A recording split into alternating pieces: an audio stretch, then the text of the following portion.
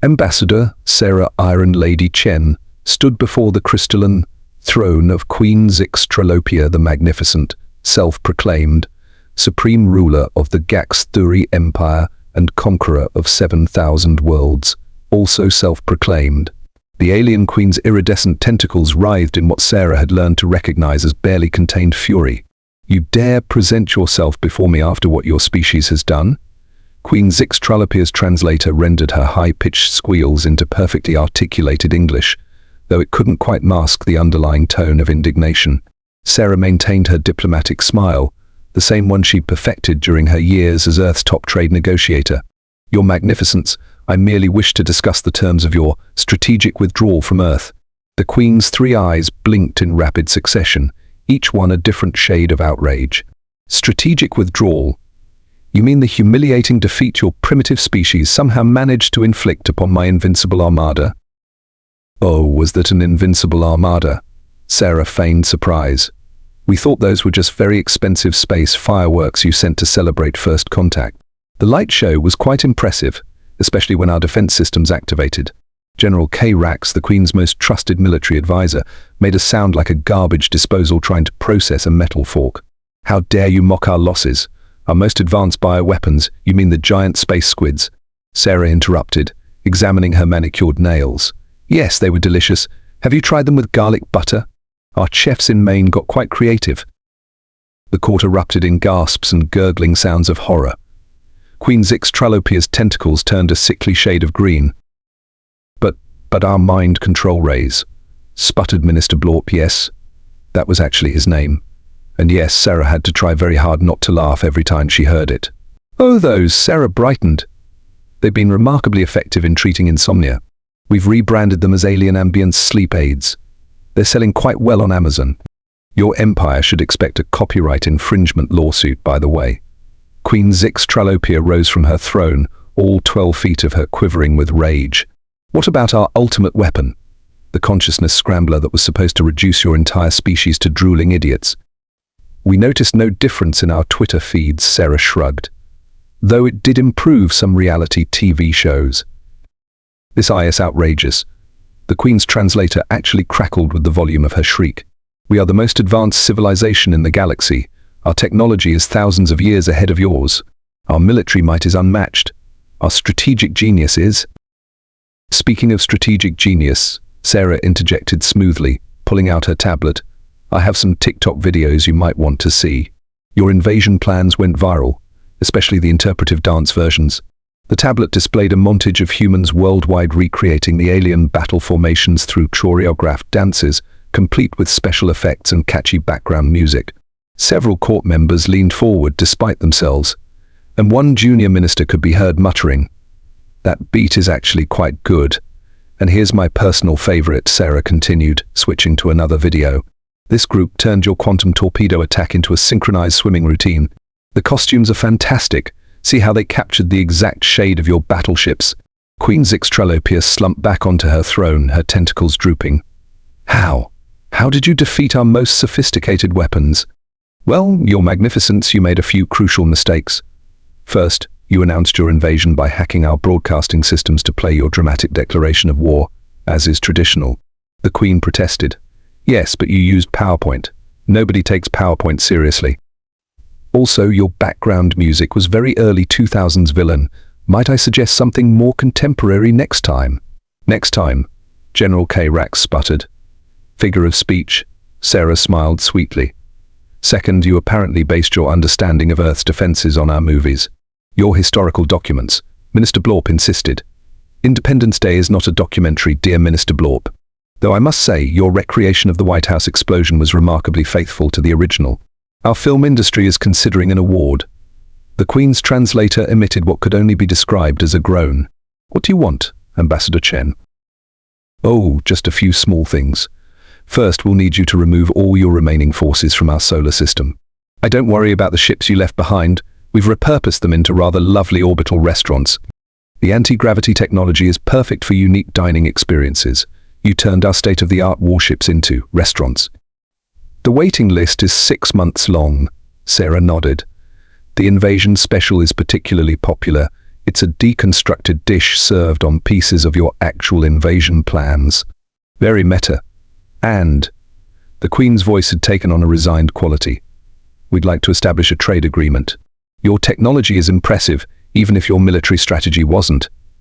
We're particularly interested in your faster-than-light travel capabilities. In exchange, we're willing to offer, what could you possibly offer us? General K-Rax scoffed. Sarah's smile widened. Netflix subscription for your entire empire. We've noticed your people have become quite addicted to our entertainment since the invasion.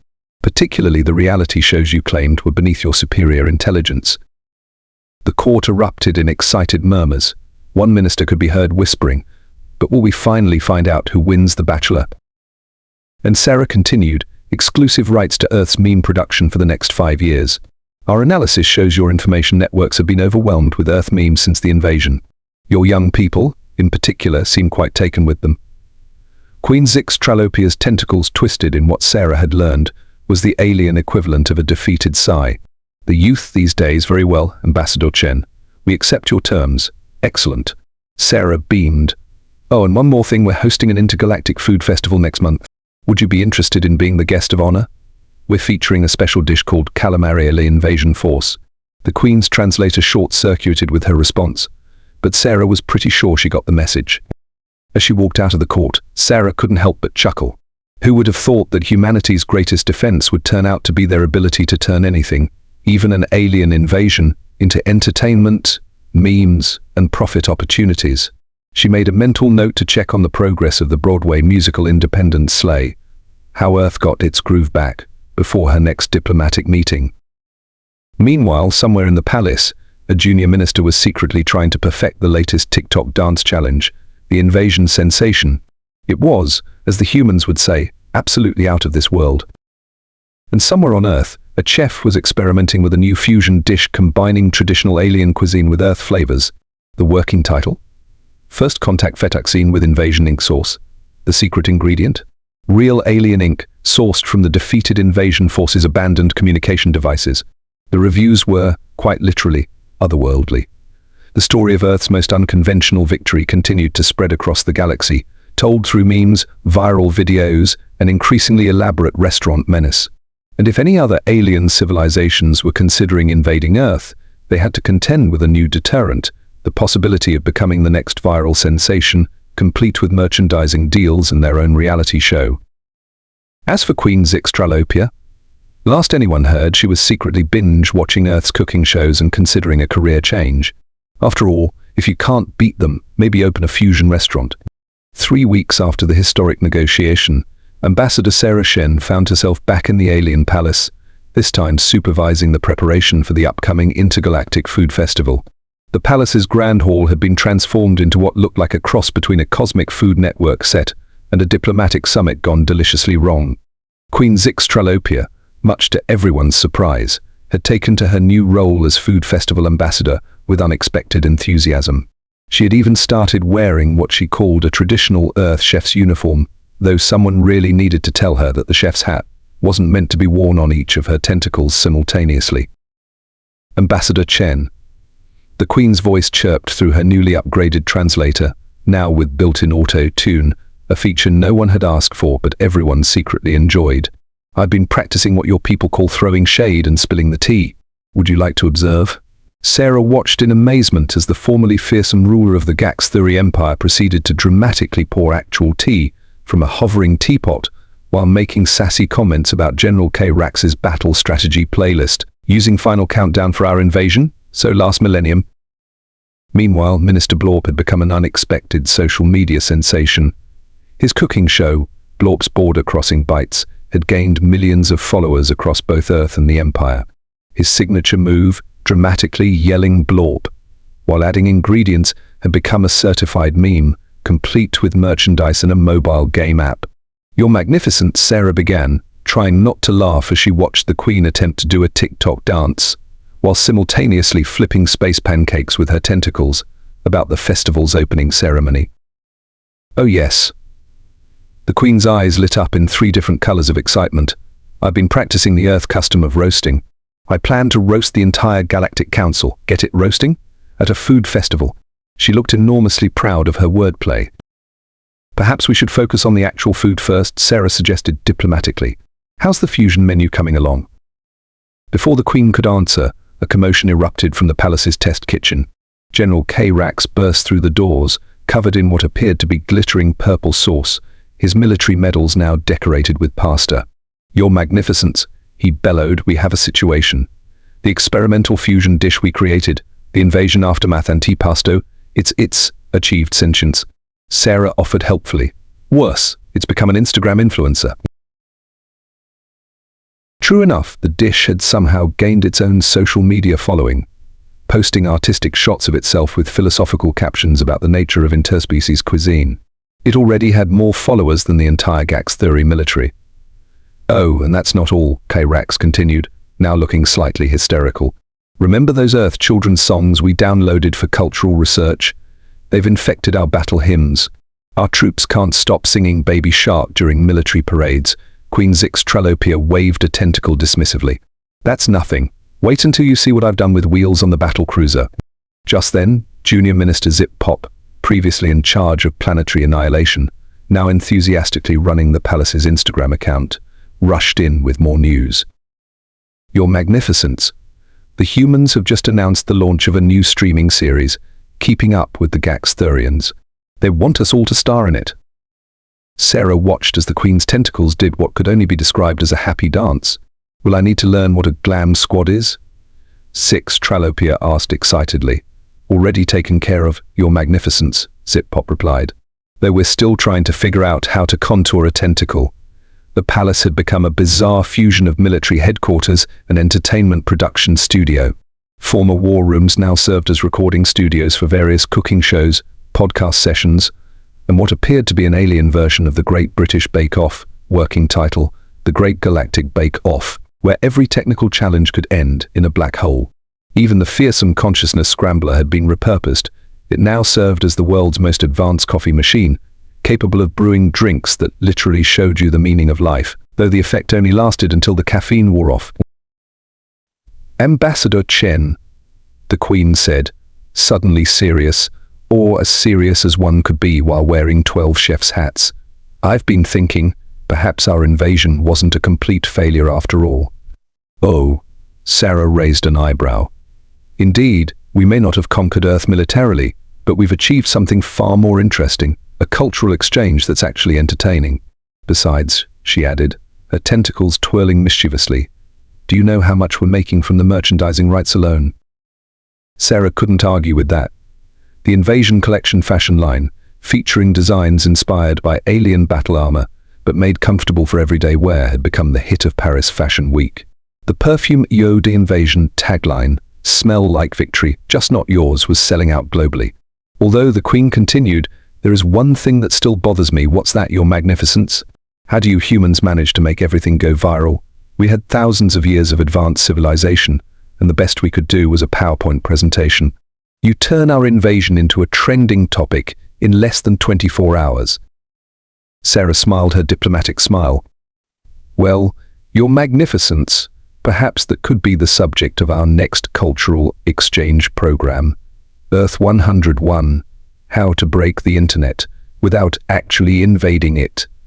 As if on cue, Minister Blorp's voice echoed from the test kitchen. Blorp, followed by the sound of something exploding and enthusiastic applause from his filming crew.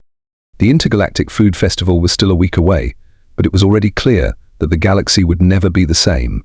And somewhere in the palace archives, gathering digital dust, was a folder labeled Future Invasion Plans, which had been repurposed into a collection of recipe ideas and draft scripts for potential reality shows. After all, why conquer a planet when you can trend on it? The day of the Intergalactic Food Festival arrived with all the subtlety of a supernova.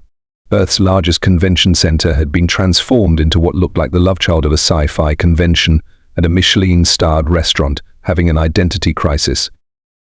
Ambassador Sarah Shen stood at the entrance, watching as alien food critics, some with up to 12 different taste buds, mingled with human celebrity chefs.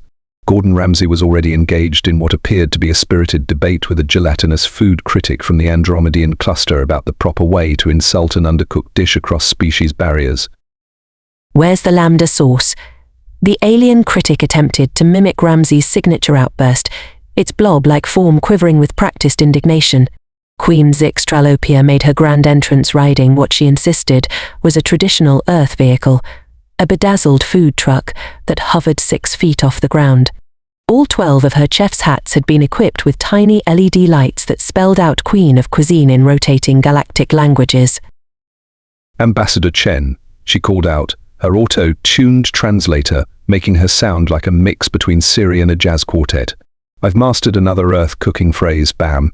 She emphasized this by throwing a handful of what appeared to be space glitter into the air, causing a nearby group of physics-defying appetizers to start dancing.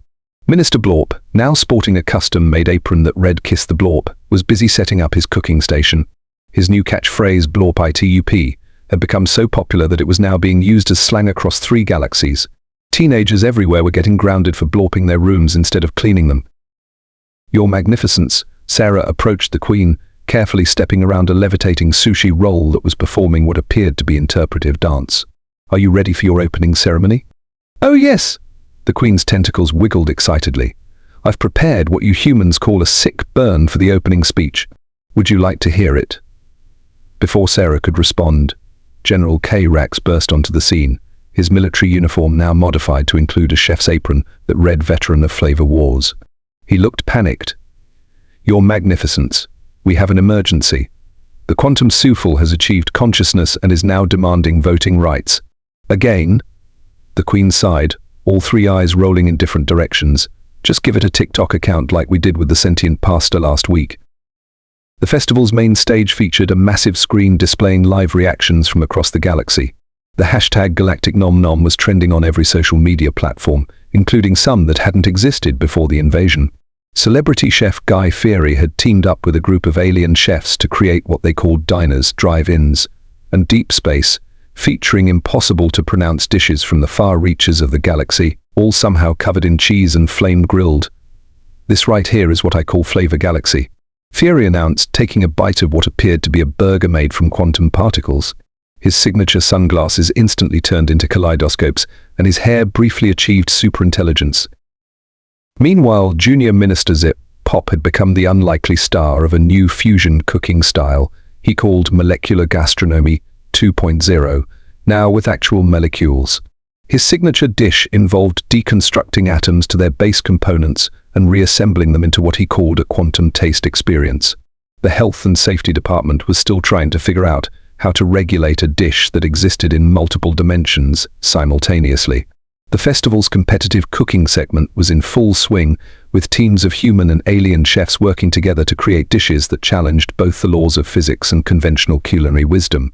One team had managed to create a dessert that allowed you to taste your own memories, while another had developed a soup that told jokes while you ate it. Though its sense of humor needed some work, it kept telling dad jokes in Klingon. Ambassador Chen, Queen Zixtralopia, pulled Sarah aside, all 3 eyes twinkling with mischief. I've been thinking about our next cultural exchange project. How do you humans feel about competitive reality shows? Sarah's diplomatic smile faltered slightly. What exactly did you have in mind, Your Magnificence? Picture this, the Queen's tentacles gesticulated enthusiastically, accidentally seasoning several nearby dishes. The Real Housewives of the Galactic Federation. We already have plenty of drama, multiple sons, and more than enough exotic pets. Before Sarah could formulate her appropriately diplomatic response, a commotion erupted from the dessert section. The quantum souffle had apparently joined forces with the sentient pasta and was now leading a chorus of self-aware dishes in a rendition of We Are the Champions.